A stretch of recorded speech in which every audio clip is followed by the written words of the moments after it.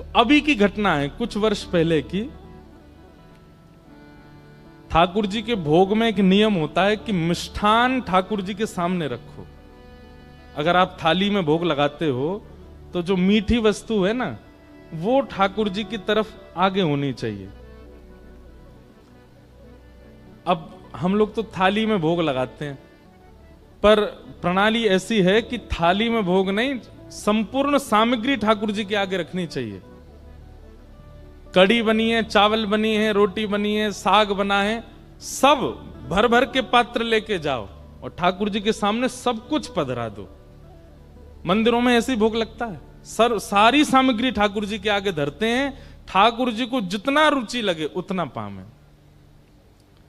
आपने 2 ही रोटी धरी ठाकुर जी के आगे, ठाकुर जी मधुमंगल श्रीदामा सब आ गए होंगे, ठाकुर जी कह रहे होंगे भैया नेक नेकी पहियो 2 ही धर के गए हो है, भूख तो ज्यादा लग रही है पर नेक ही धर के गए हो है।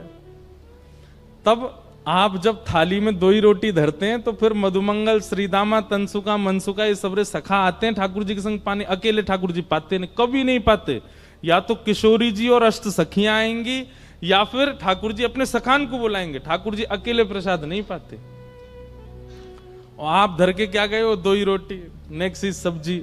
अच्छा, कई घरों में तो देखा इतनी सी चांदी की थाली, वहां इतनी इतनी सी कटोरी। हमारे लाल जी छोटे हैं ना, छोटा सा मुंह, छोटी सी थाली, छोटी सी गिलास। कहीं ठाकुर जी ने आपको छोटा सा मान लिया ना, रोते रहोगे फिर अन्न के काजे। ठाकुर जी को भूख नहीं लगती, लेकिन आपका भाव यदि लाला का है उनके प्रति, सबरी सामग्री धरो सामने और सब सामग्री धर के ठाकुर जी तो कहो, हे लाल जी सबरे सखान को बुला लो, किशोरी जी को बुला लो, नंद रानी यशोदा, नंद बाबा सबन को बुला लो, प्रेम से चकाचक पाओ। ऐसे भोग लगाओगे तो काउदना महाराज कोई सामग्री ऐसी लगेगी धरी तो पूरी लेकिन आधी बची है, कहां गई, खा गए ठाकुर जी, पाली हो। काउदना तो ऐसा अनुभव कराएंगे।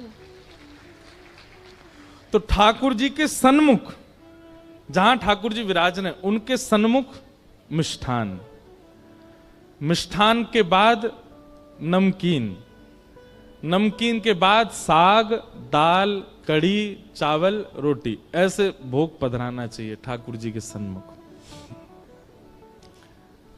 तो नाथ द्वार में नवनीत प्रियालाल जी इतने से लड्डू गोपाल, छोटे से, तो उनके सामने भोग पधराया गया। लेकिन जल्दीबाजी में कहा कियो, मीठी सामग्री पीछे धर दई और कढ़ी बिल्कुल सामने धर दई। जहां नवनीत प्रिया जी विराजते हैं सिंहासन पर, बिल्कुल सामने कढ़ी धर दई। और नवनीत प्रिया जी का नियम है, बहुत आनंद वाली कथा है उनकी, वो मंदिर में भोग नहीं लगाते। छोटे से गोपाल जी हैं, अपने सिंहासन पर बैठे, सिंहासन सहित रसोई घर में जाते हैं और रसोई घर में चूल्हा के बगल में बैठ के पाते हैं। क्यों? भावना ऐसी है कि बोले गोपाल जी हैं, गोपाल जी कोई टेबल पे बैठ के, चौकी पे बैठ के थोड़ी पामे, वो तो यशोदा मैया के बगल में बैठे रहे, यशोदा मैया बनाती रहे, पवाती रहे, लाला है, ले लाला मैं रोटी बना रही हूं, बाबा का जी तू रोटी खातो रहने एक देर। यशोदा मैया चूल्हा पे प्रसाद बनावे और ठाकुर जी बैठे बैठे पामे। इस भाव से श्री ठाकुर जी रसोई घर में जाते हैं, वहीं प्रसाद भोग लगाते हैं। किसी की रसोई इतनी पवित्र हो तो वो ये लीला कर सकते हैं, इतना अवकाश है उनके पास कि वो घर में ही रहते हैं।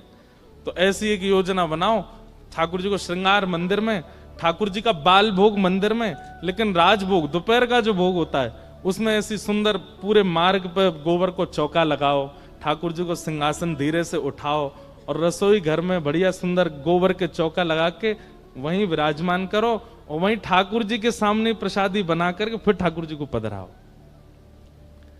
सेवा तो बहुत विस्तार की है, लेकिन हम लोगों पर समय नहीं है। ऐसी सेवा अगर होने लग जाए ना गुसाई जी जैसी, तो इस कलयुग में आज भी ठाकुर जी बोलने लग जाएं, आज भी ठाकुर जी पाने लग जाएं। तो नवनीत प्रियालाल जी रसोई में गए, जल्दी जल्दी में सेवकों ने मिष्ठान तो पीछे धर दिया और कड़ी सामने पधरा दी। कछु रोटी ठाकुर जी के सामने बना करके सन्मुख पधरा दे और फिर सबरे जन प्रणाम करके फिर वहां से चले जाएं। अब अपने सखान को बुला लियो, लाल जी प्रेम से पाओ। और मंदिर वहां रसोई घर की किवाड़ बंद करके सब चले गए। थोड़ी देर बाद जैसे ही भीतर रसोई में प्रवेश किया तो क्या पाया, ठाकुर जी अपने सिंहासन पे है ही नहीं। सिंहासन पे लाल जी है ही नहीं। अब तुम्हारा झल्ला मच गया, ठाकुर जी कहां गए, नवनीत प्रियालाल कहां गए, सब जगह खोजो कहीं नहीं मिले।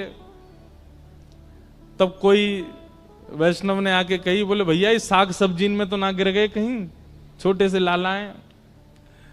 तो सबरी सामग्री पलट पलट के देखी, धीमे धीमे हाथ लगा के कि भाई लाल जी कहां हैं, छोटे से गोपाल जी हैं। सबरी सामग्री उलट पलट करी, कहीं नहीं मिले। लेकिन जो सिंहासन के सन्मुख कढ़ी इतनी बड़े पात्र में धरी थी, जैसे ही वाकू पलटो सुबह में नवनीत प्रियालाल जी मिल गए।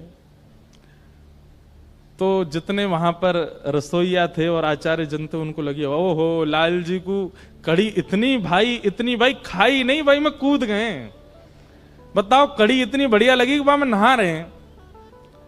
और महाराज रसोईया ने कह दी, भैया आप सुनो, आगामी कछु दिना तक कढ़ी को ही भोग लगाओ ठाकुर जी को, इतनी कढ़ी बढ़िया लग रही ठाकुर जी को। अब तो हर दिन कढ़ी बन रही है ठाकुर जी को, कढ़ी कढ़ी, और सामने कढ़ी को ही भोग लगा रहे हैं। 5-6 दिन बीत गए तो जो मुख्य मुखिया जी थे, मुख्य पुजारी, रात में जैसे सोए तो श्री छोटे से गोपाल जी रोते रोते उनके स्वप्न में आए। जय जय कहा भे हो, आप काई को रो रहे हो, लाल जी आप काई को रो रहे हो। छोटे से गोपाल जी बोले, 5 दिन है गए मुंह कड़ी कड़ी पवाए जा रहे हो और कुछ बनाए ना रहे।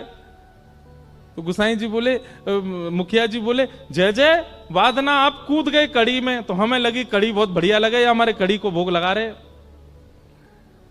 ठाकुर जी बोले, अरे कड़ी बढ़िया लगे या हमारे ना कूदो, तो तुमने खीर दूर धर दई, मैं तो वह ले वे जा रहा हूं, सो कड़ी बीच में आ गई भाई, मैं गिर गो, मैं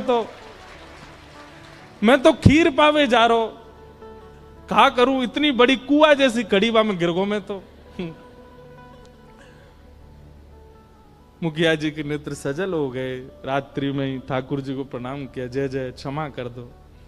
ऐसी लीला ठाकुर जी। ये लीला का विस्तार किसने किया? श्री गोसाई विठलनाथ जी। थोड़ा विस्तार तो बंधुओं करो। आप पति के लिए समय निकालते हैं, बच्चों के लिए समय निकालते हैं, प्रेमियों के लिए समय निकालते हैं, ठाकुर जी के लिए भी समय निकालो। नेक विस्तार तो उत्सव को, सेवा को करो, तभी ठाकुर जी अनुभव कराएंगे अपना।